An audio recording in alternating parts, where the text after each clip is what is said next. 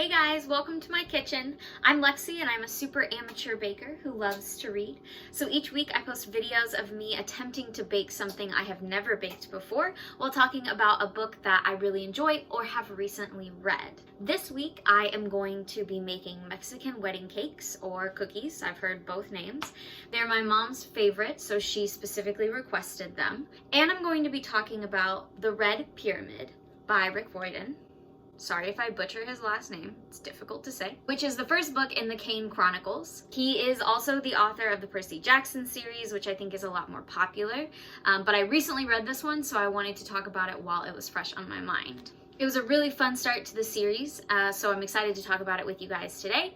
And I am a little bit nervous about these Mexican wedding cakes because if you watched my last video on the maple sugar oatmeal cookies, they didn't go very well. So I'm hoping that today will be better than last week. So let's go ahead and get started. I already pre-melted my butter because I didn't want all the microwave noise going off. So we're ready to get going on adding some other ingredients. And I'm going to go ahead and start with a quick synopsis of the book, or as quick and spoiler-free as I can possibly make it. So the Red Pyramid starts us off with siblings Sadie and Carter, who have been raised apart for the last 6 years after their mom mysteriously died in some sort of accident. For whatever reason, they were raised separately. The courts decided that that was the best option. And so Carter was raised by their dad, Julius, who is an archaeologist specializing in Egypt or Egyptian artifacts. And Sadie was raised by their maternal grandparents in London. So they got to see each other about twice a year, usually probably Christmas and maybe somebody's birthday. I don't remember. This particular year, they are getting together on Christmas Eve, and their dad says that they're going to take a trip to the British Museum after it has closed to meet one of the museum curators to see a special Egyptian artifact. And when they get there, things just start to go terribly wrong. Their dad, either accidentally on purpose, we're not sure yet, releases 5 trapped Egyptian gods back into the world, and he himself gets trapped by the most evil one, Set, who's like the god of fire and darkness. A side note, the Egyptian gods are a little bit weird. I feel like in the Percy Jackson series and the Heroes of Olympus series, the Greek and Roman gods are a little more clear on what they stand for. I feel like the Egyptian gods, a couple of them were clear and a couple of them were like, I don't know, these might be what this might be what I stand for, it might not be. I like to keep you guessing. These ingredients want me to get this mixture light and fluffy, and it is not. I mean, it's on its way, but I can see all these chunks of butter, and I don't know why that is. All right, sorry, I got distracted. So in any case, Sadie and Carter don't become affected by Set and his evil plans, but they have lost their father, and so they end up going on a journey with their long-lost uncle, as well as some minor gods that they meet along the way to save their father and eventually, of course, the world, because what evil villain doesn't try to attack the entire world? But Sadie and Carter also learn that they are a part of a very powerful bloodline from the most powerful pharaohs of ancient Egypt, and that magicians help sort of keep the gods under control and keep mortals or non-magicians from finding out about the gods and all the chaos that they can bring. So Sadie and Carter are theoretically magicians, but they've had no training and are literally just finding this out. And of course it has something to do with their mom's mysterious death. So of course it's a huge quest to find their dad and get to know their other relatives and these other gods that are helping them along the way, as well as figuring out what magic they are capable of doing. It's got Rick Riordan's, I'm just gonna say Rick because I think I'm butchering his last name. It's got Rick's normal style if you have read the Percy Jackson series and or the Heroes of Olympian, whatever, the other series, then you know that he has a particular style of bouncing back and forth with who is speaking and who is telling that particular part of the story. This is the same way. In my opinion, I was grateful that it was just Sadie and Carter telling the story. Sometimes, I think I've mentioned this before in other videos, but sometimes I feel like when authors have too many characters that they let tell the story, it just becomes confusing, which I do think, this is a total side note, so I apologize ahead of time, but I do think that is a problem for me personally in Heroes of Olympus, because I think he's just got way too many characters trying to tell the story. And while I enjoy their points of view, sometimes I have to pause at the beginning of every chapter and remember which character this is, because there's like 3 or 4 different boys and 3 or 4 different girls, and I have to remember which one they are. So I appreciate that at the very least in this first book, it's not like that, and that it's just Sadie and Carter, and we get some really cool points of view from them. So Sadie and Carter go on this whole adventure to save their dad, save the world, and of course learn more about themselves and their magic abilities along the way. It was really fun. I like Sadie and Carter both.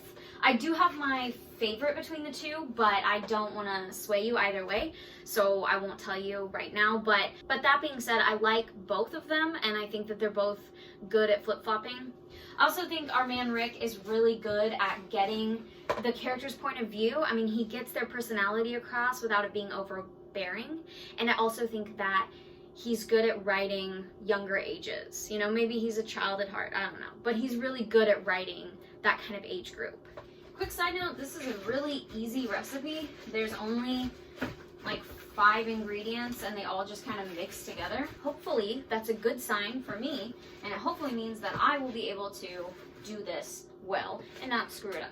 Now, as I get ready to place these on the baking sheet, I am going to go ahead and move along to the more detailed portion of the book.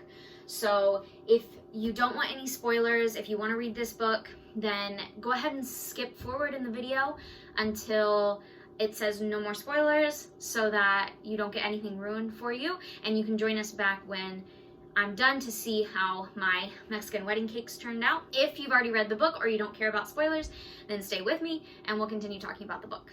I'm supposed to shape these into little balls, but that is not gonna be easy. Okay, I do wanna say, as we get started, that even though I'm looking forward to reading the rest of the series, I do understand why this series is not as well known as maybe like the Percy Jackson series and the whole world of Percy Jackson. I was less entertained by this. I think there's just a little less charm maybe. And like I said earlier in the video, maybe it's the Egyptian gods. I mean, I obviously no offense to anyone or anything, because, you know, I know that people have tons of different beliefs, but I just don't find the Egyptian gods to be as interesting as the Greek and Roman gods. And I think maybe that could be the issue that I'm facing with this book. Even though Sadie and Carter and some of the other characters that they meet are interesting, I don't necessarily love the whole premise as much as I do when it comes to his other books and other series that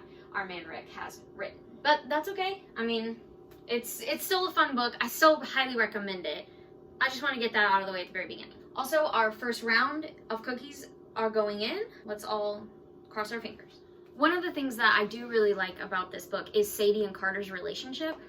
I mean, I can imagine how difficult it would be to not get to see your sibling very much throughout the year. I mean, they really only see each other maybe twice a year, and they really don't have that much in common. I mean, Sadie's more of a rebel, Carter's more of like the good boy. Right off the bat, there's a lot going against them, but I think it's really cool that their relationship builds and develops as the book goes on. I would think that if you only saw your sibling twice a year, and then all of a sudden your dad vanishes on Christmas Eve, and you find out you're part of this ancient pharaoh bloodline with magic powers, and you meet an uncle you never even knew you had that's supposed to teach you and help save your dad from Egyptian gods that you didn't even realize existed. I guess you probably would get close to your sibling because they're the only person you really have. I'm also going to take a minute to recognize Bast, or Muffins. She's a really funny character. I mean, could you imagine living all those years as a cat just to protect Sadie? I think that's hilarious. And it's kind of funny how sometimes in her human, or I guess godly form, she still has cat tendencies. It just kind of makes me laugh. And I do also find it to be kind of nice that they have somebody a little familiar, because I mean, when they first start on their journey, they lose Amos, Uncle Amos, pretty early on, and they're kind of on their own. But because they have Muffins, or Bast, they're not necessarily alone. They kind of have an adult in their life, somebody that can help them navigate. So I think that that's good. Another quick side note, if I butcher any of these names, please forgive me. I'm just pronouncing them how I think they should be pronounced, but I'm sure that there's some things that I'm gonna get wrong. For example, Khufu, the monkey, Kahufu, I don't know. I'm gonna say Khufu because I feel like it's easier to say. Or maybe I'll just say the baboon. He's really a baboon. Anyway, the baboon, he's funny and kind of random, but I like him. I like that he just kind of shows up. He's a little bit sassy. He's definitely got a big personality, which I did not expect from a character that is a baboon. And I think that it's kind of funny. It's a nice little charming part of the story. Then you have Zia, who, again, it's like, do I like Zia? Do I not like Zia? I don't really know. I feel like maybe I don't, but then sometimes I feel like I do. Which I like about this book is that you don't really know who to trust and who's against them. Because really, you really can only trust Sadie and Carter because they're the only ones that you as the reader and that they themselves know pretty well. And even pretty well is kind of a large term because they don't know each other that well. So you meet all of these interesting and new characters, but at the same time, who do you trust? Because again, you're just meeting all of these people, and a bunch of them claim that they can help you, and then they claim that so-and-so is bad and that they're the good ones. But how do you know that for sure?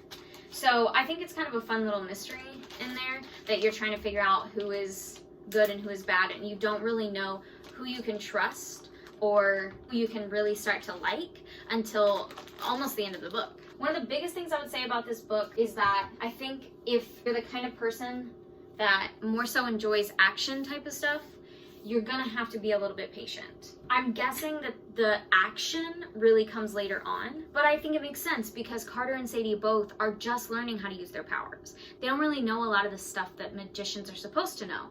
There's a lot of guesswork in this first book, and they actually do a pretty good job considering, but I think we'll see more like big battle scenes in the later books because I think once they grow in their powers, it's easier to see. I didn't want to say this before, but I think that Sadie is my favorite out of the two. I think her magic is just so much more interesting.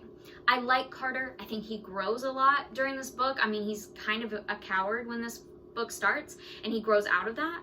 And I think that that's really cool. I think that's a good journey for him to have. And of course, having a god inside of you probably helps.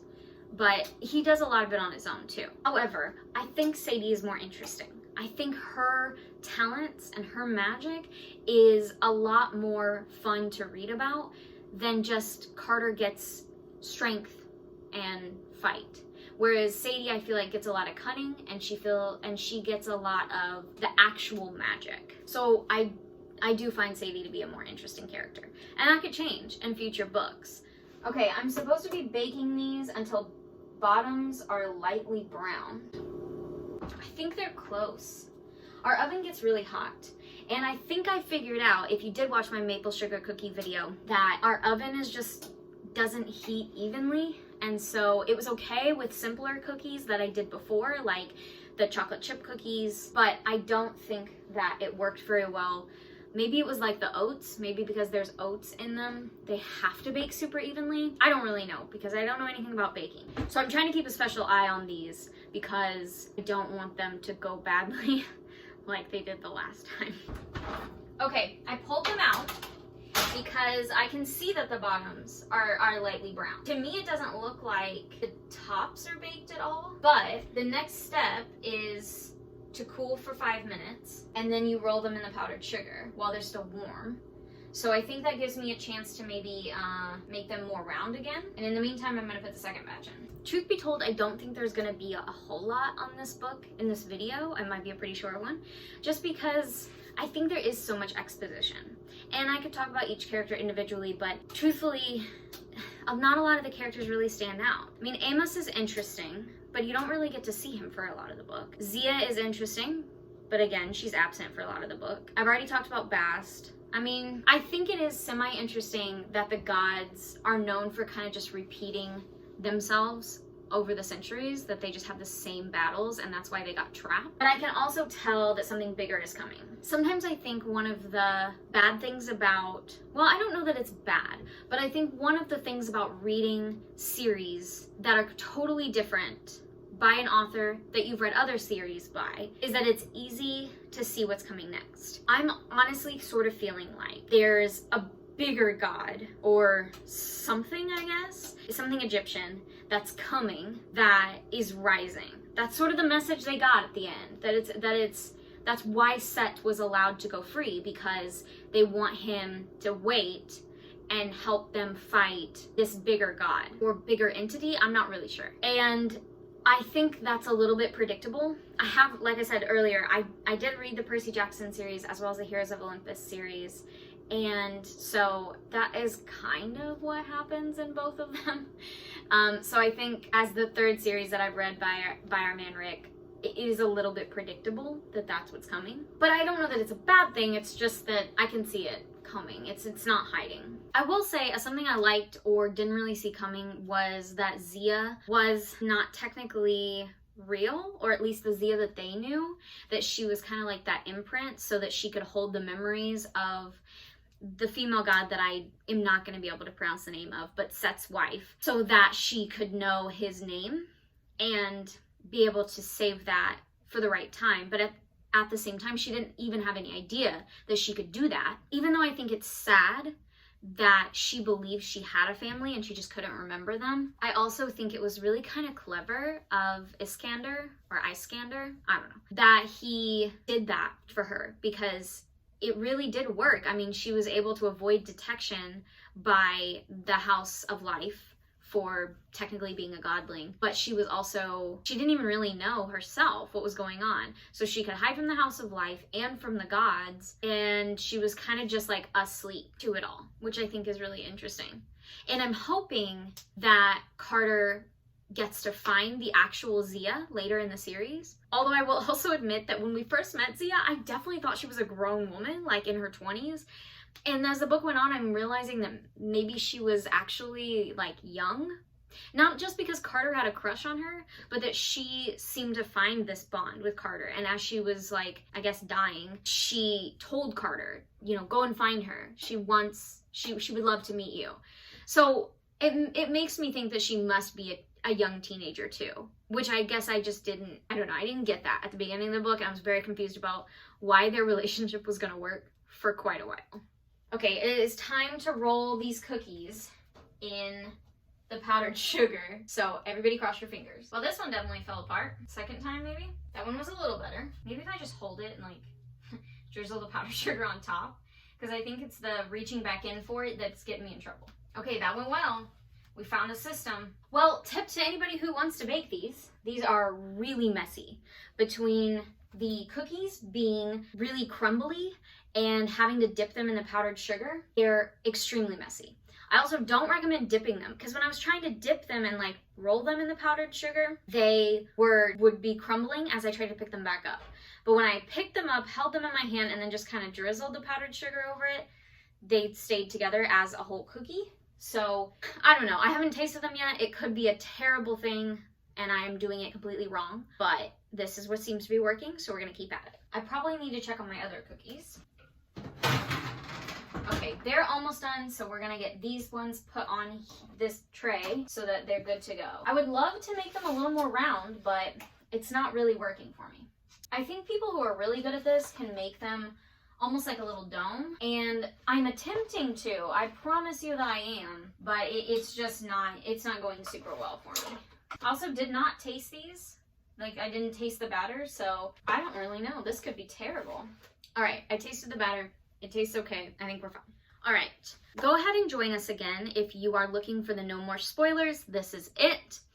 One of the things I want to say about the book that I meant to say after the synopsis is that if you are the kind of person that loves action and you like big fights between the hero and the bad guy, you are going to have to be more patient with this book. There's not a ton of that. There's some of it at the end, but not a ton. And I think it's because Sadie and Carter are still building their personalities as well as their magic, so you do have to give them a little bit of time. I assume we'll see that more in the future, so be patient. Update on the Mexican wedding cakes / cookies. They're going okay. I did lose one. It was too crumbly. It couldn't even make it into the powdered sugar, but otherwise I actually think they're going pretty well. I do have to cool them completely before I'm allowed to take them off the cooling rack, and patience is not a virtue of mine, so I'm gonna work on that. I definitely made a huge mess in my kitchen, so that will be a future me problem for sure. Last thing about the book, I do really enjoy it. I wouldn't say I enjoyed it as much as our man Rick's other books, but I am intrigued into what comes next and what the rest of the series will be like. Sometimes you just got to get past the first book and the rest of the series is golden. Sometimes the first book is a mark of how the rest of the series is going to be. It just kind of depends on the author. But I enjoyed his other series, so I'm giving him a lot of credit in hopes that he will do better with these next books, and that as the characters build and as the world builds, the story will be better as well. Honestly, this kind of worked out because these particular cookies are not super difficult to make. You kind of just throw everything into a bowl, put it on the baking tray, and wait. And this story is a lot of exposition, so I didn't have a ton to talk about. So I think it worked out at the end of the day. And I'm hoping that one of our cookies will be ready to look at and taste soon.